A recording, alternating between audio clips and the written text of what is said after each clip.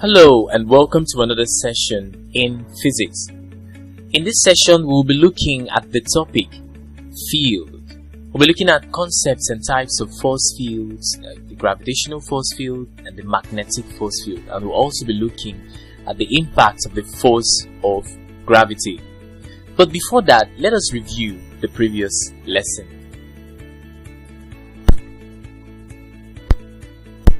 Welcome back.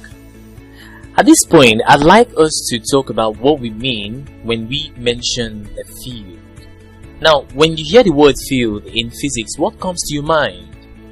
Are you thinking about a football field where a football is being played, or you're thinking about a volleyball field or a handball field? And that's not the kind of field we're talking about here. We're talking about force fields, to be precise. Now, what is a force field? A force field can be defined as the region or space under the influence of some physical activity or some physical agency such as gravitation, electricity, and magnetism. And so basically we have physical agencies, physical phenomena such as gravity, electricity, magnetism. Wherever these physical agencies exercise their influence, those are what we call fields. For instance, on Earth, whatever you throw up must surely come down. What is the force that pulls that body down? That force is nothing other than gravity, the force of gravity. It is an unseen, invisible force that pulls anything that goes up towards its center, the center of the Earth precisely. So the Earth's gravitational field is responsible for making sure that objects always remain under its influence. And what about electricity? Electric field simply is a region or space under the influence of electricity. When we talk about electricity, we talk about things like resistors, we talk about things like transistors, capacitors, battery cells, and so on and so forth. Conductors too, the flow of electric current.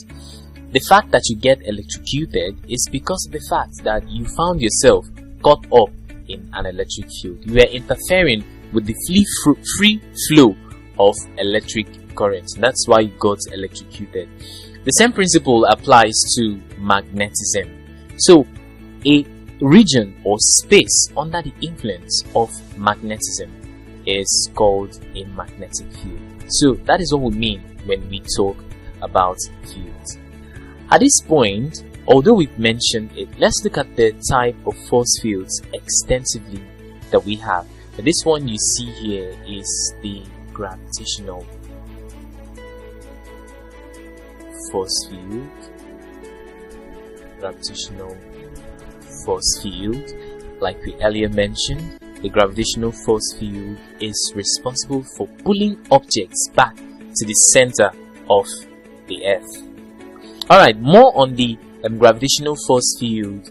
We want to understand that the gravitational force field is governed by Newton's universal law of gravitation, or Newton's law of universal gravitation.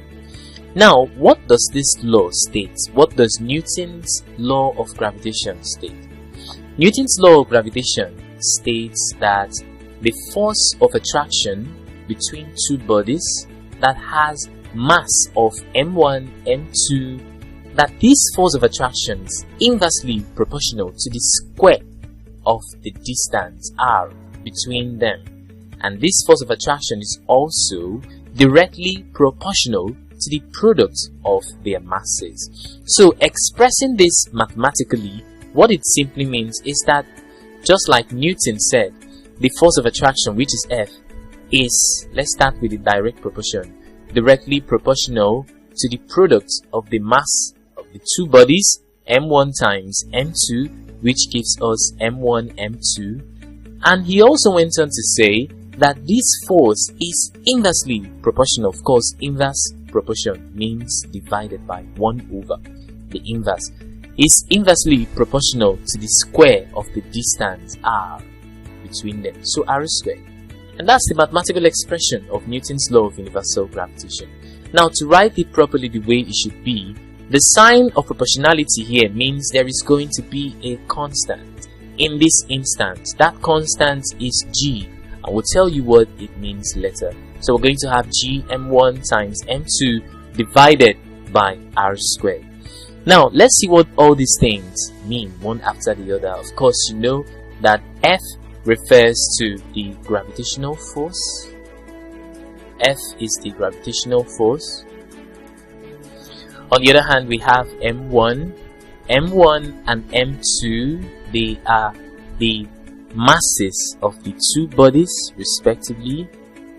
Masses of the two bodies. What about R? Of course, you know R is the distance between them.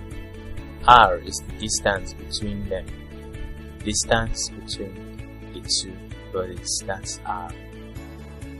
Distance between the two bodies. Alright, at this point, let us talk about acceleration due to gravity. Acceleration due to gravity. But before that, I'd like to talk more about G. You know, G is called the gravitational constant. Missed that earlier. Gravitational constant. Now, this gravitational constant actually varies from place to place. This gravitational constant has a numerical value ascribed to it. It has a numerical value which you learn in subsequent classes. It has a numerical value which depends on the units in which the force, mass and length are expressed. The force, mass and length are expressed. So that's it for the gravitational constant. So in subsequent classes you get to know what this constant is all about and how it operates. And now let's talk about acceleration due to gravity. When we talk about acceleration due to gravity, we simply mean the acceleration with which objects are pulled towards the center of the earth. In other words, we're talking about the acceleration of objects due to the Earth's gravitational attraction, the Earth's gravitational pull, and that is what we mean by acceleration due to gravity. As you may have already known or not, or you'll still discover, it is represented by the symbol G. So in physics, wherever you see G, we simply are talking about acceleration due to gravity. And this acceleration due to gravity has a value ascribed to it.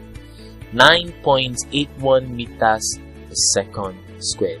I'd like to point out that it is approximated to 10 meters per second squared. The reason for this average value is that the Earth is not a perfect square, neither is it a perfect circle. It is a sphere. So because it is a sphere, there are differences in longitudes and latitudes. There are differences in longitudes and latitudes. Because of these differences in longitudes and latitudes, it means that the distance on all surfaces of the Earth are not exactly the same. Those places that are closer to the equator and those places that are closer to the poles, their conditions and acceleration due to gravity are not the same. So because of that, there had to be an average value for acceleration due to gravity to arrive at a compromise. Something that those who are living at the poles, the North Pole and the South Pole, could agree with, and those living at the equator could agree with. Because at these regions and at these positions, acceleration due to gravity is not the same. We'd like to point out that without air resistance, the different mass of objects released from rest at the same point will fall to the ground at the same time. And that's what we call free fall. So what are we trying to explain? We're trying to say that if you release a stone, a very big stone, from a point of rest, and you release it together with an office pin, a pin or a needle at the same time, supposedly it is expected that the stone should get to the ground first because of its superior mass and weight. But in a closed vacuum, without air resistance, these two objects will reach the ground at the same time. But because of air resistance, it seems that the needle will get to the ground first because it has less air to fight up. That explains why when you throw up a piece of carton in the air together with a piece of needle, the needle will get to the ground first because it has lesser air resisting its movement or motion. At this point, let us talk about magnetic field. The magnetic field, like I said earlier, is a region of space around the magnet under the influence of magnetism, or a region of space around the magnet where the influence of a magnet can be felt or detected. That is what we call a magnetic field. So when you get a magnet and you get a white sheet of paper, and around this white sheet of paper you place things such as iron fillings, sprinkle it on the paper, and then you bring this magnet and just place it in their center, you would observe that the iron fillings will arrange themselves in such a definite pattern. This arrangement shows us what we call magnetic lines of force, or the flux of the magnet. In this slide, we have a better view of these lines of force. Magnetic lines of force, or generally lines of force in fields, are imaginary lines that are drawn in such a way that their direction at any point is the same direction of the field at that point. In other words, we say it is the same direction as the tangent. Especially in magnets, the magnetic lines of force show us the direction of the magnetic field at any point in time. And that's it for today's lesson. I urge you to please make sure to read the note that has been attached to this video. Thank you for joining us in this lesson. To refresh your memory on what we've just discussed, please take the test that will soon appear on your screen.